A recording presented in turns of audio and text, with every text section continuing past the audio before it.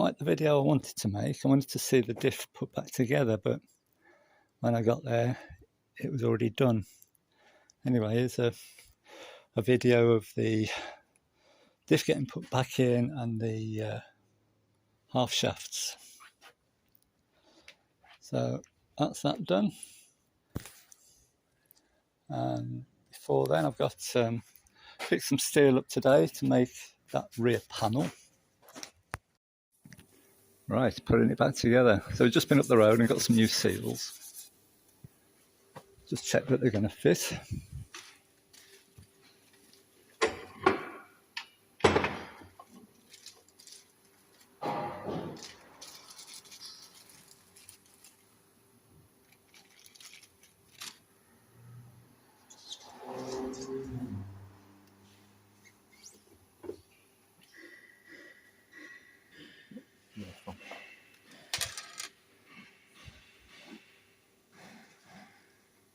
So these are all rubber rather than steel and rubber. Is that a modern design, or? Yeah. They're also yours are felt on the inside. Felt, okay. Yeah.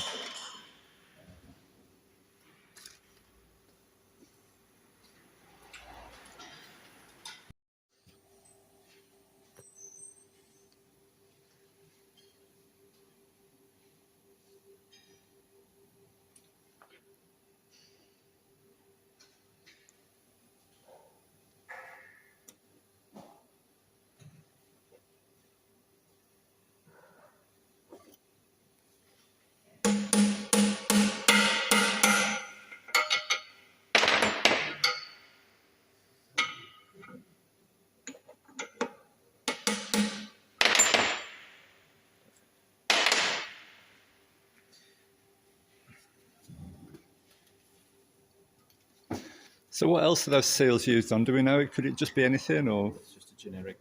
Right.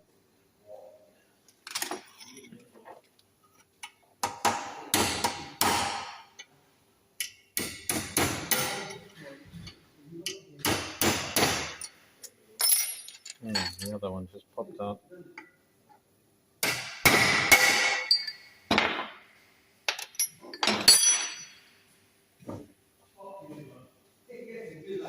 Right, let me put this other one in the wash.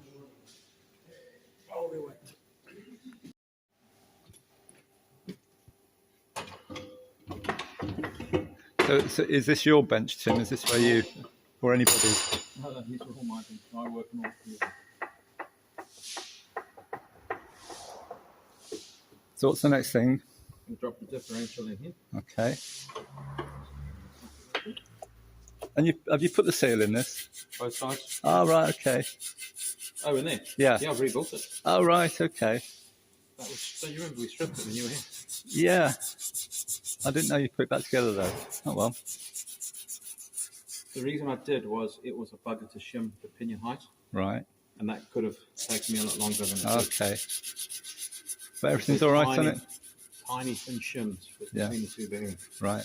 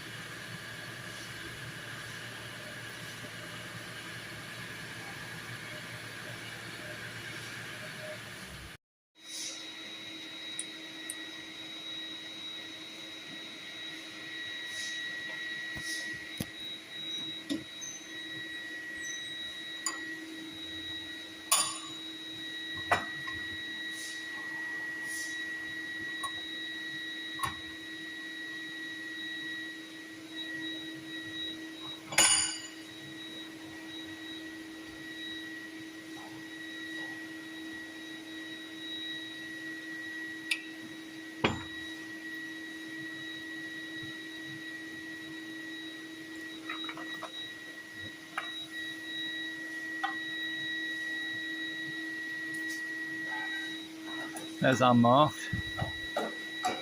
when it came apart, which I guess corresponds with this mark here. Is that one? Yeah. It.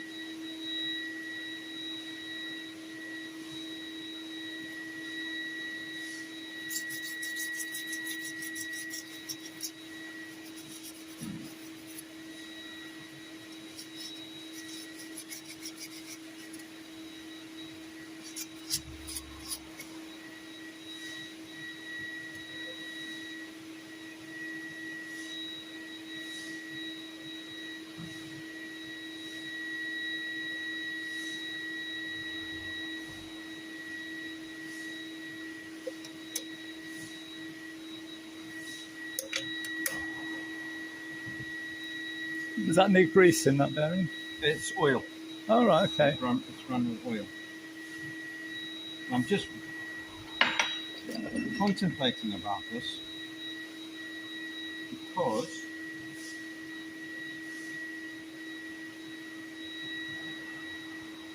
that's going to soak the oil. I'm going to put a bit of grease in there. You can't come out because we put 2 new seals in, so we'll pack that with grease. So the grease can't go that way because of that seal. Yeah, and the oil can't come this way. Yeah.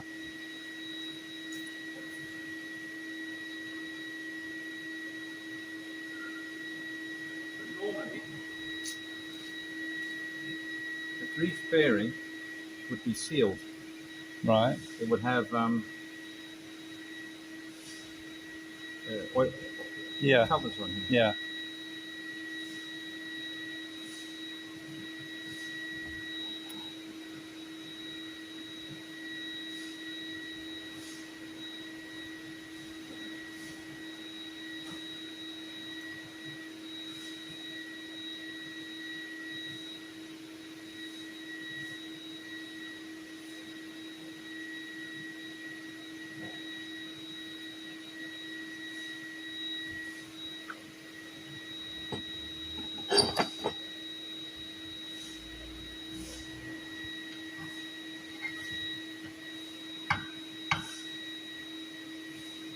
I can't see that mark. You said it was here. Is that our mark there? Oh, well done. Thank you.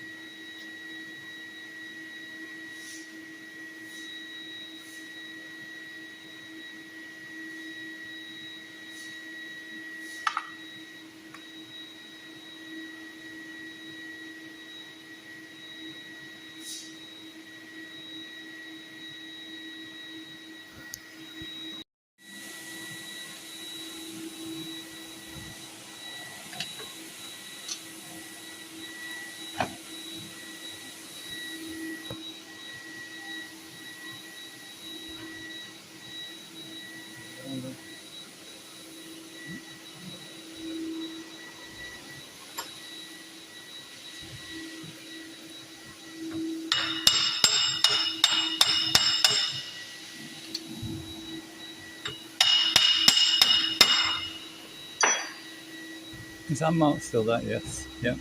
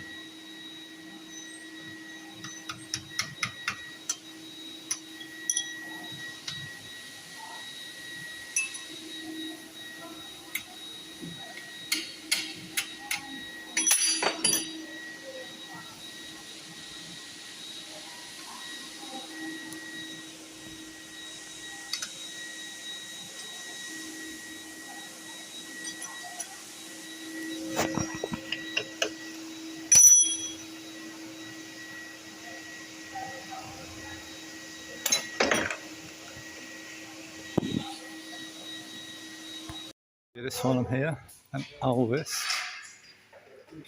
and apparently this was a prototype for the MD of Alvis at the time. Handsome looking car.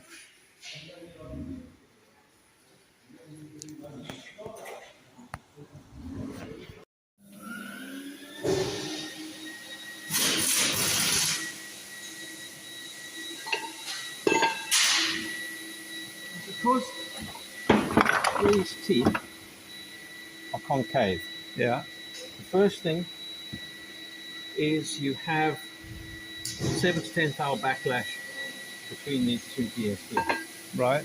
Yeah. which allows for heat expansion. Okay. If you had no backlash, you were driving along, these two gears would heat up, Yeah. and they'd be unable to turn. The jam. Yeah.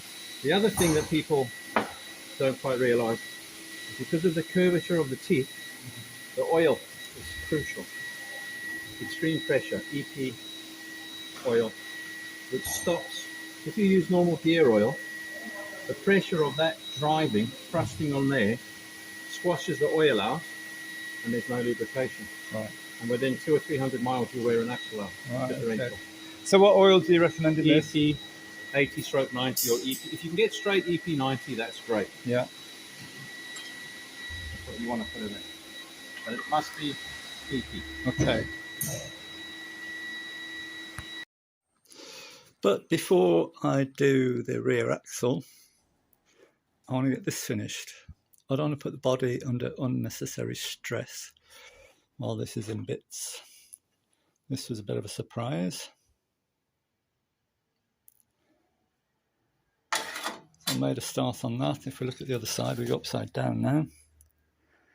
No, we'll go the right way up. Okay, so from inside the car, this is the right-hand A-post windscreen surround. So I made a new outer panel, a new middle panel, and then just got to work on this outer. The bottom, weirdly enough, the bottom of it is really seems all right. So I'm going to do this in pieces. That's my first bit. So get that done, then I can mess around with the axle. Right, next big job. Heater controls. I think this one came with the Plan CL. I'm not entirely sure, but these two are pretty much the same. This one came off the Grand Large, and this has got 2 extra holes here because these don't line up with anything on the Plan CL.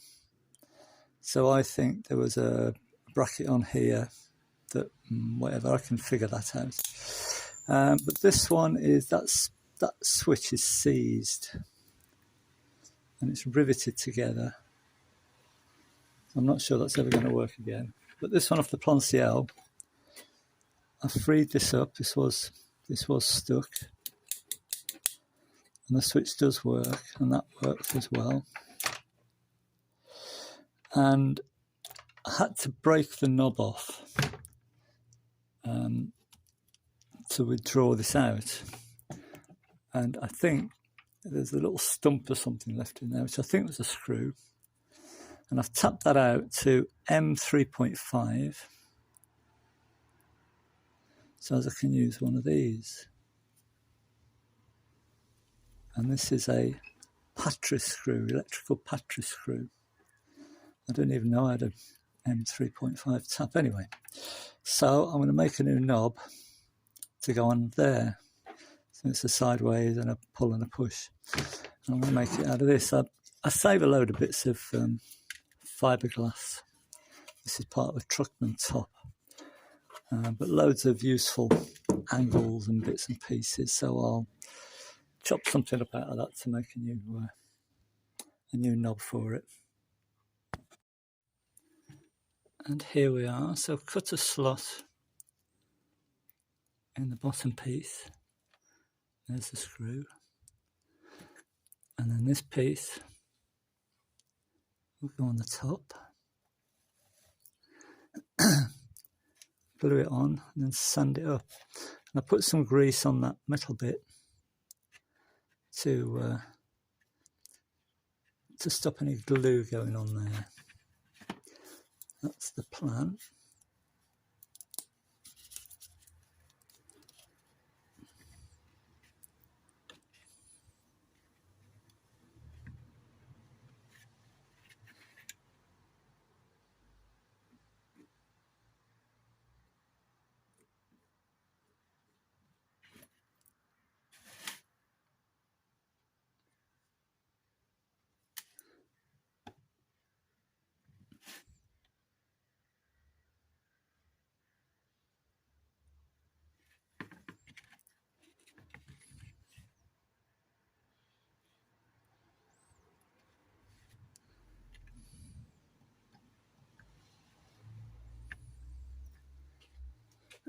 This is supposed to be that super duper, not super glue, but better than super glue. And it's quite good, although it's coming to the end of its life for me, really. It's gone a little bit thick.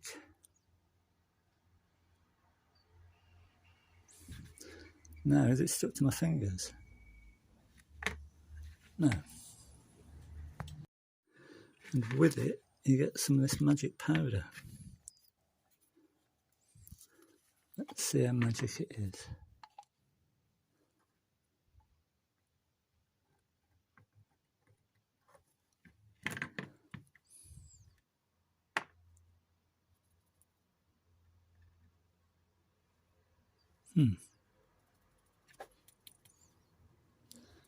Okay, let's take the top off.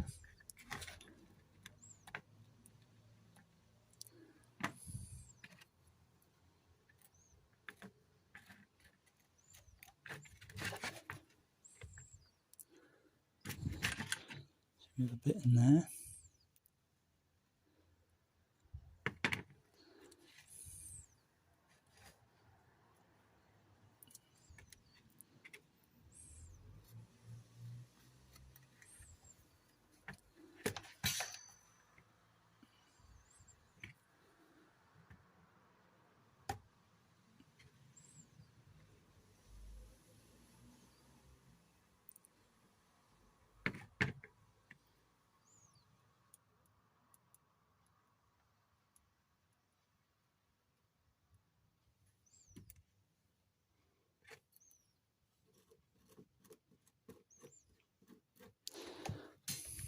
Right, give that a chance to go off. Okay, a few minutes later, let's see if I've stuck it to the shaft.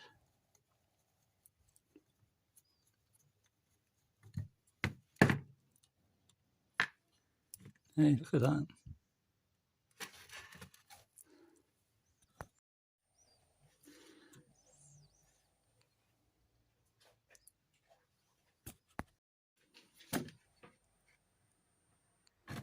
I don't remember what the shape should look like, but I bet nobody can without going out and looking at their car.